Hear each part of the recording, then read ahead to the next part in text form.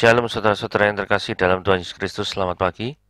Renungan kita pada hari ini diambil dari Kejadian pasal yang ke-28 ayat 10-22. Judul renungan kita adalah mengandalkan anugerah. Esau dan Yakub terlahir dengan karakter yang berbeda. Esau terlahir sebagai seorang pemburu dengan kekuatan ototlah yang menjadi andalannya. Sementara Yakub lebih suka tinggal di rumah, otak serta kecerdikannya lah yang diandalkannya. Keduanya mengandalkan diri sendiri yang di kemudian hari memunculkan konflik dan mengharuskan Yakub melarikan diri dalam ketakutannya. Dalam pelariannya menuju Haran, Yakub terpaksa bermalam di sebuah tempat dengan batu sebagai alas kepalanya. Bagi Yakub, situasi ini sungguhlah sangat memilukan. Berpaling terbalik ketika dia menikmati hidup serba nyaman bersama keluarganya. Yakub belajar menyadari bahwa batu yang keras adalah batu dari kehidupan. Masa lalunya yang hanya mengandalkan akal dan kemampuannya sendiri. Namun bagi Tuhan, batu-batu keras yang dihadapi Yakub menjadi jalan untuk menyatakan anugerah. Di tempat itulah Yakub bermimpi dan menyaksikan penyataan Tuhan. Di tempat keras itulah Yakub menerima janji-janji berkat serta penyertaan Tuhan. Di tempat keras itulah Yakub menerima anugerah yang memurnikan kehidupannya. Ketika dia semata-mata berjalan dengan akal dan kekuatan sendiri, hidupnya tanpa arah. Namun ketika dia hidup mengandalkan anugerah, hidupnya terproses menjadi indah dan berjalan dalam tujuan ilahi yang mulia. Oleh anugerah, Yakub menjalani hidup yang terus dimurnikan. Hingga hanya karena anugerah lah, maka Yakub benar-benar menjadikan Tuhan sebagai Allahnya secara pribadi.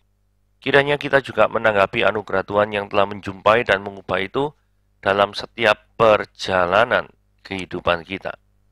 Tempat yang keras bisa jadi sebuah buah dari kesalahan kita di masa lalu. Namun di tempat keras itulah Tuhan sedang menurunkan anugerah untuk menjumpai dan memurnikan hidup kita. Oke, mari kita lihat pembahasannya gitu ya. Mengenali Allah melalui arti sebuah mimpi. Dalam hari ini mimpi Yakub gitu ya. Oke, mari kita baca Kejadian pasal yang ke-28 ayat 10 sampai yang ke-22. Maka Yakub berangkat dari Berseba dan pergi ke Haran. Dia sampai ke suatu tempat dan bermalam di situ karena matahari telah terbenam. Dia mengambil sebuah batu yang tergeletak di tempat itu dan dipakainya sebagai alas kepala, lalu membaringkan dirinya di tempat itu. Maka bermimpilah dia, di bumi ada didirikan sebuah tangga yang ujungnya sampai ke langit, dan tampaklah malaikat-malaikat Allah turun naik di tangga itu. Berdirilah Tuhan di sampingnya dan berfirman, Akulah Yahweh Allah Abraham nenekmu dan Allah Ishak. Tanah tempat engkau berbaring ini akan kuberikan kepadamu dan kepada keturunanmu. Keturunanmu akan menjadi seperti debu tanah banyaknya, dan engkau akan mengembang di sebelah timur, barat, utara, dan selatan.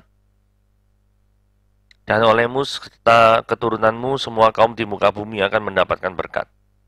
Sesungguhnya aku menyertai engkau dan aku akan melindungi engkau kemanapun engkau pergi. Aku akan membawa engkau kembali ke negeri ini sebab aku tidak akan meninggalkan engkau, melainkan tetap melakukan apa yang kujanjikan kepadamu. Ketika Yakub bangun dari tidurnya, berkatalah dia, Sesungguhnya Yahweh ada di tempat ini dan aku tidak mengetahuinya. Dia takut dan berkata, Alangkah dahsyatnya tempat ini. Ini tidak lain dari rumah Tuhan. Ini pintu gerbang sorga. Keesokan harinya, pagi-pagi Yakub mengambil batu yang dipakainya sebagai alas kepala dan mendirikan itu menjadi tugu dan menuang minyak ke atasnya. Dia menamai tempat itu Betel, dahulu nama kota itu Luz. Lalu bertanyalah Yakub, jika Allah akan menyertai dan melindungi aku di jalan yang kutempuh ini, memberikan kepadaku roti untuk dimakan dan pakaian untuk dipakai, sehingga aku selamat kembali ke rumah ayahku, maka Tuhan akan menjadi Allahku. Dan batu yang kudirikan sebagai tugu ini akan menjadi rumah Allah. Dari segala sesuatu yang kau berikan kepadaku, akan selalu kupersembahkan 1/10 kepadamu. Oke, sekarang kali kita lihat ya. Yakub itu meninggalkan segala sesuatu ya. Nah, ini menyebabkan Esau itu seakan-akan menjadi raja dan mewarisi segala sesuatu. Ini mengajar kita bahwa untuk tidak heran atau bingung ketika kita melihat orang jahat atau orang non-pilihan, itu kelihatannya menang. Bandingkan dengan Mazmur 73 yang ceritanya tentang Asaf itu ya. Nah, kemudian yang kedua, Yakub ini bermimpi. Di dalam perjanjian lama, Allah memang sering menggunakan mimpi untuk menyatakan dirinya kepada manusia, atau untuk berfirman kepada manusia. Bisa dilihat dalam bilangan 12 ayat 6 atau ayat 33, 14, 15. Tetapi zaman sekarang, setelah Allah memberikan firman-Nya yang tertulis dalam kitab suci, maksudnya secara lengkap, Dia biasanya berbicara kepada kita melalui firman-Nya. Kalau saudara tidak setuju dengan hal ini dengan alasan bahwa Allah tidak mungkin berubah, maka renungkanlah Ibrani pasal yang pertama, ayat yang pertama yang berbunyi demikian. Setelah pada zaman dahulu Allah berulang kali dan dalam berbagai cara berbicara kepada nenek moyang kita dengan perantara nabi-nabi, maka pada zaman akhir ini Dia telah berbicara kepada kita dengan perantaraan anaknya. Ayat ini jelas menunjukkan bahwa Dia bisa berubah dalam cara berbicara kepada manusia. Poin yang kedua, pada saat ini Yakub memang seorang diri, kesepian, takut dikejar sama Esau. Sedih karena pisah dengan orang tuanya, tidak mempunyai apa-apa. Nah, pada saat seperti itulah Allah menyatakan dirinya kepada Yakub. Memang Allah bisa saja menyatakan dirinya dalam sikon yang berbeda. Karena Dia adalah Allah yang berdaulat. Tapi bagaimanapun kita melihat dalam kitab suci bahwa Allah memang sering menyatakan dirinya kepada manusia dalam kondisi yang seperti itu. Misalnya, Allah menyatakan diri kepada Rasul Yohanes pada saat dia dibuang di Pulau Patmos. Penerapannya demikian. Karena itu kalau saudara sedang dalam kondisi seperti itu, janganlah berkompensasi dengan mencari hal-hal yang lain. Sebaliknya datanglah kepada Allah, berdoalah dan bacalah, renungkan firman Tuhan. Kalau Dia menyatakan dirinya kepada saudara, maka itu akan menghapuskan segala kesedihan, ketakutan, dan kesepian saudara. Dan sekarang kita masuk pada mimpi Yakub. Dalam mimpinya dia melihat tangga yang menghubungkan surga dan bumi. Terus kemudian ada malaikat turun naik di tangga itu. Terus kemudian Allah di atas tangga itu. Nah, arti mimpi itu bagi Yakub demikian. Ini ada dua perspektif yang berbeda. Jadi bagi Yakub, mimpi ini menunjukkan persekutuan antara Allah dan umatnya. Dan malaikat-malaikat yang turun naik menunjukkan bahwa mereka itu memang membantu atau melayani anak-anak Tuhan. Bandingkan dengan Ibrani pasal yang pertama, ayat 14. Bukankah mereka, malaikat ini maksudnya, semua adalah roh-roh yang melayani, yang diutus untuk melayani mereka yang harus memperoleh keselamatan.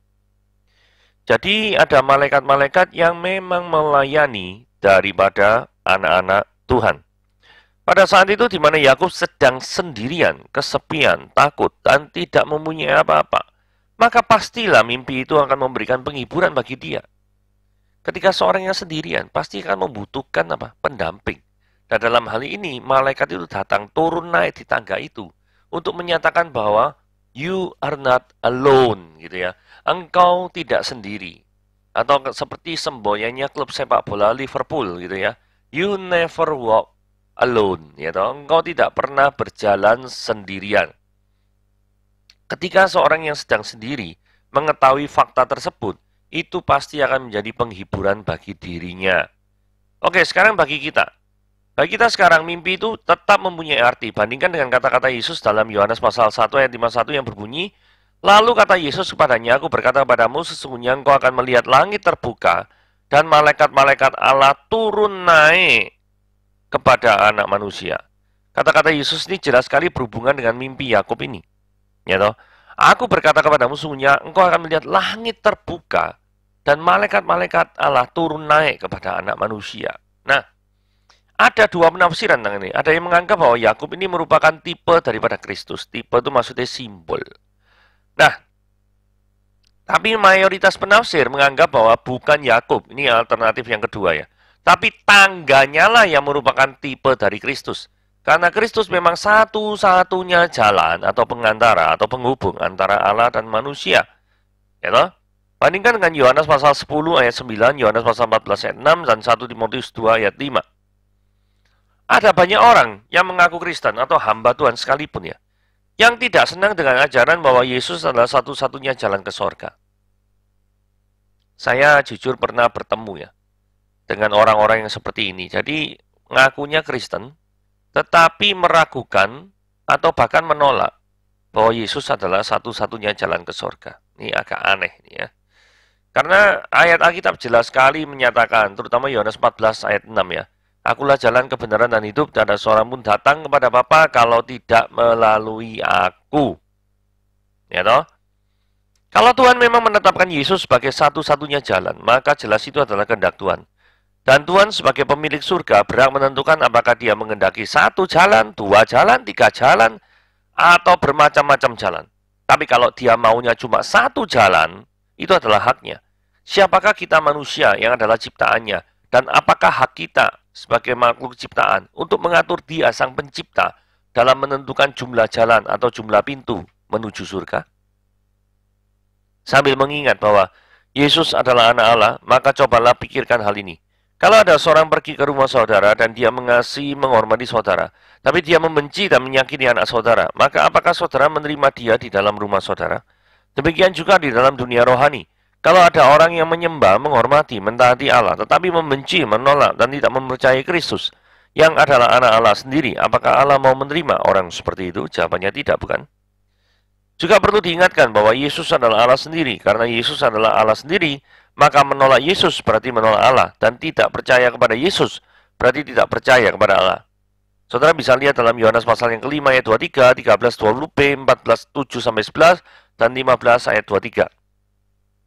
Karena itu jelaslah bahwa orang yang tidak percaya pada Yesus tidak mungkin bisa masuk surga. Saya ulangi sekali lagi, orang yang tidak percaya kepada Yesus tidak mungkin bisa masuk surga. Sebagai catatan, mari kita ingat bahwa sebutan Yesus sebagai anak Allah itu harus diartikan menurut pengertian zaman itu, yaitu bahwa dia adalah Allah sendiri. Nah, itu bisa kita lihat dalam dua ayat berikut yang menyatakan bahwa memang anak Allah itu adalah Allah. Yohanes 5 pasal 18, Yohanes pasal yang 5 ayat 18 dikatakan beginian. Sebab itu orang-orang Yahudi lebih berusaha lagi untuk membunuhnya, bukan saja karena dia meniadakan hari Sabat, tapi juga karena dia mengatakan bahwa Allah adalah Bapanya sendiri dan demikian menyamakan dirinya dengan Allah. Dia mengatakan Allah itu Bapanya sendiri. Jadi kalau Yesus mengatakan Allah adalah Bapanya sendiri, berarti dia mengaku dirinya anak. Nah, kalau dia mengaku dirinya anak, maka dengan demikian implikasinya adalah dia itu menyamakan atau mensetarakan dirinya dengan Allah. Yohanes 10 ayat 33. Jawab orang-orang Yahudi itu, bukan karena suatu pekerjaan baik maka kami mau melempari engkau, melainkan karena engkau itu menghujat Allah dan karena engkau sekalipun hanya seorang manusia saja menyamakan dirimu dengan Allah.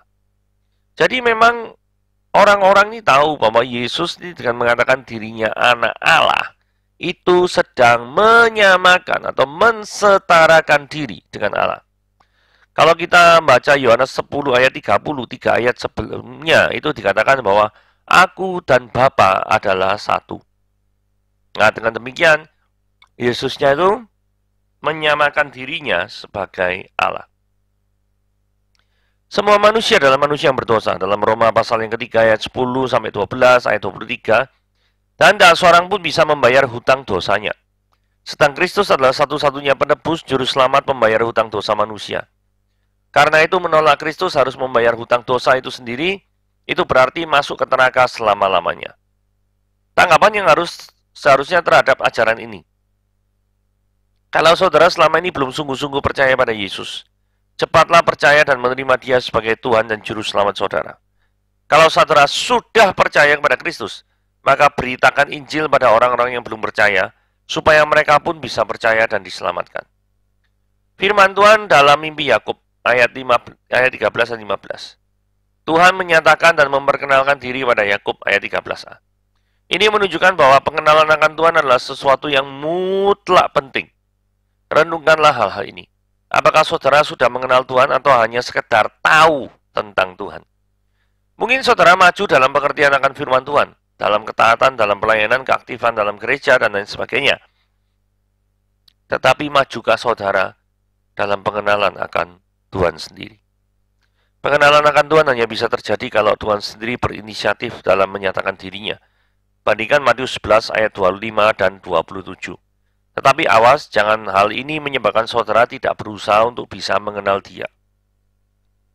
Tuhan mengulangi janji dan berkat yang dulu dia berikan pada Abraham. Ayat 13b dikatakan gini ya, tanah tempat engkau berbaring. Ini menunjukkan pada kota Betel, yang termasuk wilayah Kanaan. Sekalipun Yakub sudah meninggalkan Beersheba dan pergi menuju Haran, Tetapi perlu diingat bahwa Beersheba terletak di selatan Kanaan, sedangkan Haran terletak di sebelah timur laut dari Kanaan. Karena itu untuk bisa pergi dari Beersheba ke Haran, dia justru harus melewati Kanaan. Pada saat itulah dia ada di Betel yang termasuk wilayah Kanaan. Di tempat inilah Tuhan memberikan janji ini. Jadi ini adalah janji bahwa Yakub dan keturunannya akan mewarisi tanah Kanaan. Bandingkan dengan pasal 12 ayat 7. Ayat 14 bandingkan dengan ayat 12 sampai 2 sampai 3 dan 13 ayat 6. Kalau tadi Ishak sudah mengulangi pemberian berkat untuk Yakub, untuk menghilangkan keraguan-keraguan Yakub, maka sekarang Tuhan sendiri memberikan berkat untuk Yakub. Dengan demikian Yakub tidak perlu ragu-ragu lagi akan berkat itu. Tuhan sudah berjanji untuk melindungi dan menyertai Yakub sampai dia kembali ke Kanaan di ayat yang 15 ya. Kemudian kita lihat reaksi Yakub. Di dalam ayat 16 Tuhan ada dan hadir di situ tapi dia tidak tahu. Hal seperti ini bisa saudara alami karena ada dosa dalam diri saudara atau karena saudara mempunyai hati yang kotor. Bandingkan dengan Matius pasal yang kelima ayat 8 dan Ibrani pasal 12 ayat 14. Bersihkanlah hati dan hidup saudara, maka saudara akan melihat Tuhan dan merasakan kehadiran Tuhan dalam hidup saudara. Saudara berjalan bukan dengan iman, tapi dengan penglihatan. Kalau mata saudara terus diarahkan pada problem, kesukaran, maka saudara tidak akan pernah bisa melihat, merasakan kehadiran Allah dalam kehidupan saudara. Di dalam 2 Korintus pasal yang kelima ayat 7, Paulus justru mengajar untuk hidup dengan iman, bukan dengan penglihatan. Dalam ayat 17, dia merasa takut. Dia menganggap tempat itu sebagai tempat yang dahsyat. Kata ini diterjemahkan oleh King James Version sebagai dreadful. Dan oleh New King James Version, Revised Standard Version, New International Version, dan New American Standard Bible sebagai awesome. Yang sama-sama bisa diartikan menakutkan. Nah, ayat 18, Yakub ini membuat tugu. Dalam Imamat 20 ayat 1, hal ini dilarang. Tapi tentu saja larangan ini hanya berlaku kalau orang membuat tugu untuk disembah. Tapi Yakub membuat tugu ini hanya sebagai suatu peringatan. Kemudian Yakub juga menuang minyak ke atas tugu itu. Tujuannya adalah untuk to purify, yaitu untuk menguduskan tugu itu. Bandingkan dengan Keluaran pasal yang 40 ayat 9-11. Di ayat 19, Yakub mengubah nama Luz menjadi Betel yang artinya rumah Allah. Bet-El. Harusnya bacanya Bet-El ya, bukan Betel ya. Karena Bet itu adalah rumah. Bethlehem itu rumah roti. Jadi Bet itu rumah. El itu Allah. Jadi harus bacanya Bet-El. Nah, tapi kalau Indonesia bacanya kan Betel gitu ya. Nah, kalau nama Betel ini baru diberikan di sini, bagaimana mungkin dalam Kejadian 12 ayat 8 sudah ada nama Betel? Itu karena pada saat Musa menulis bagian itu, nama Betel sudah dipakai. Oke, ayat 20-22, Nasar Yakub. Syaratnya, syarat daripada Nasar Yakub. Allah menyertai dan melindungi dia, ayat 20a. Allah mencukupi kebutuhannya, ayat 20b. Ini secara implisit menunjukkan bahwa pada waktu Yakub pergi, Ishak tidak memberinya apa-apa. Mungkin supaya Yakub tidak lalu menetap di Haran tapi kembali lagi ke Kanaan. Dia bisa kembali ke rumah Ishak dengan selamat. Ayat 21a. Janjinya, Tuhan akan menjadi Allahnya. Ayat 21b. Artinya dia akan menyembah Tuhan, melayani Tuhan, mentaati Tuhan. Dan dia akan mendirikan rumah bagi Tuhan dan tempat beribadah untuk Allah. Dia genapi dalam pasal 35 ayat 1-15. Di mana dia mendirikan mezbah bagi Tuhan di sana. Dia akan memberikan persembahan perpuluhan di ayat 22b. Jadi Yakub ketika bernasar, ini dia memang adalah orang yang setia dan dia akan menjadi orang yang menaati daripada nasar-nasar tersebut. Ada dua hal penting di sini ya. Sekalipun pada saat itu belum ada perintah atau janji Tuhan tentang persembahan persepuluhan. Tapi bagi Yakub perlindungan dan pemeliharaan Tuhan sudah merupakan alasan yang cukup untuk memberikan persembahan persepuluhan kepada Tuhan. Bagaimana dengan hidup saudara? Perhatikan kata-kata Yakub dalam ayat 22b. Dari segala sesuatu yang engkau berikan kepadaku, akan selalu kupersembahkan 1/10 kepadamu.